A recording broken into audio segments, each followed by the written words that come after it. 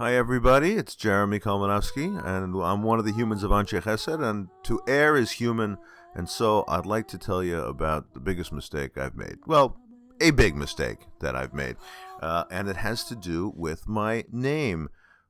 Names are great. They both tell you about yourself as an individual, Jeremy, and it tells you something about where you come from through your last name, which can tell you about what region or town your ancestors came from, or what job your ancestors may have had.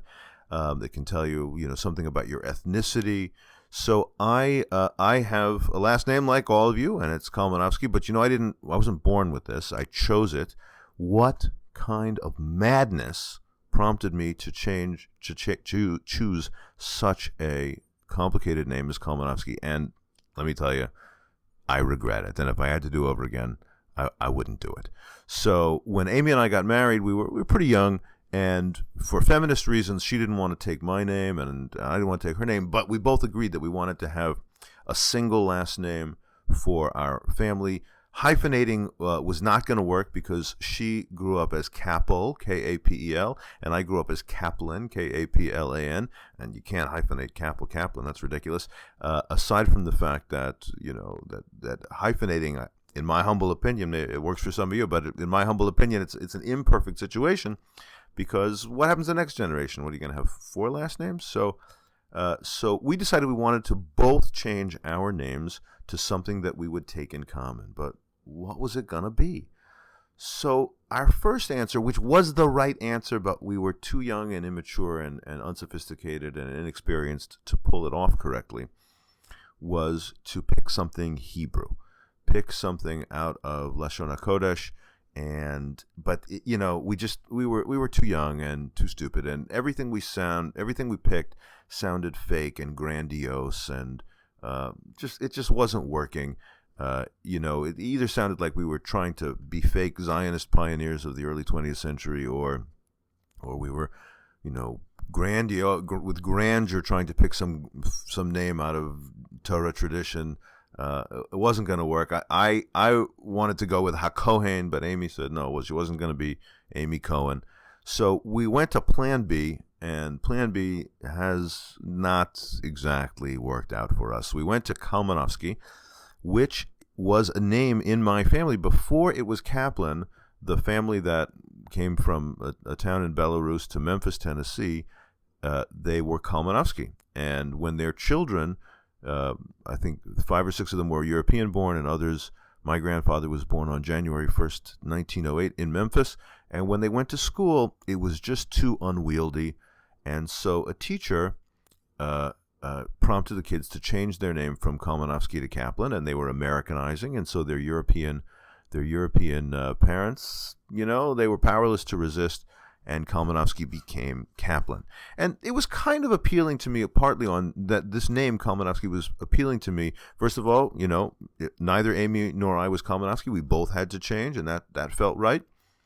And it was appealing to me on the grounds that it seemed like there was something deracinating or diminishing of identity, that in America you had to lose who you were. You changed your name. And so it seemed in some way like we were taking back the name that had been in the family.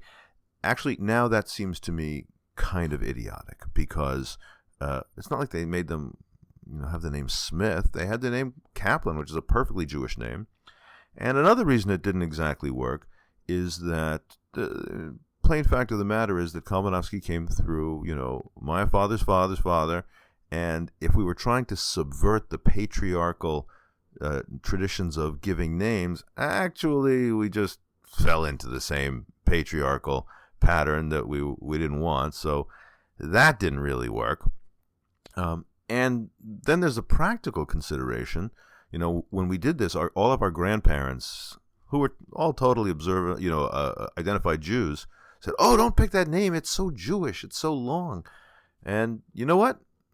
It really is long. It's too long. It's too long for forms on the internet. It's too long for people writing down messages when you want to leave a phone message. And it's a little unwieldy to call yourself Kalmanofsky. And I have, on more than one occasion, left a phone message and somebody says that Rabbi Kolonoscopy called. And that's not really how I would like to be remembered.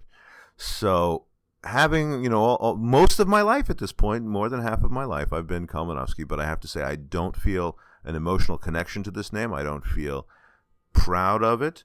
I don't feel a desire that my children will keep it. Sometimes people say, well, I want to keep my name because I'm the last Goldfarb in the family. I don't care if my children change their names. I kind of would tell them to change their names, to tell you the honest truth. And I actually have a secret plan myself.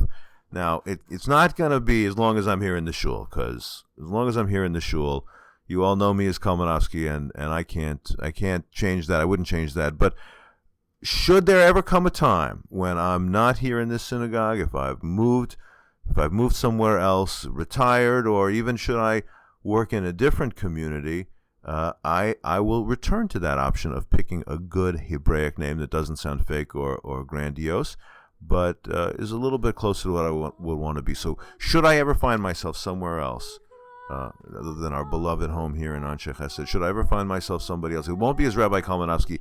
I'll be Rabbi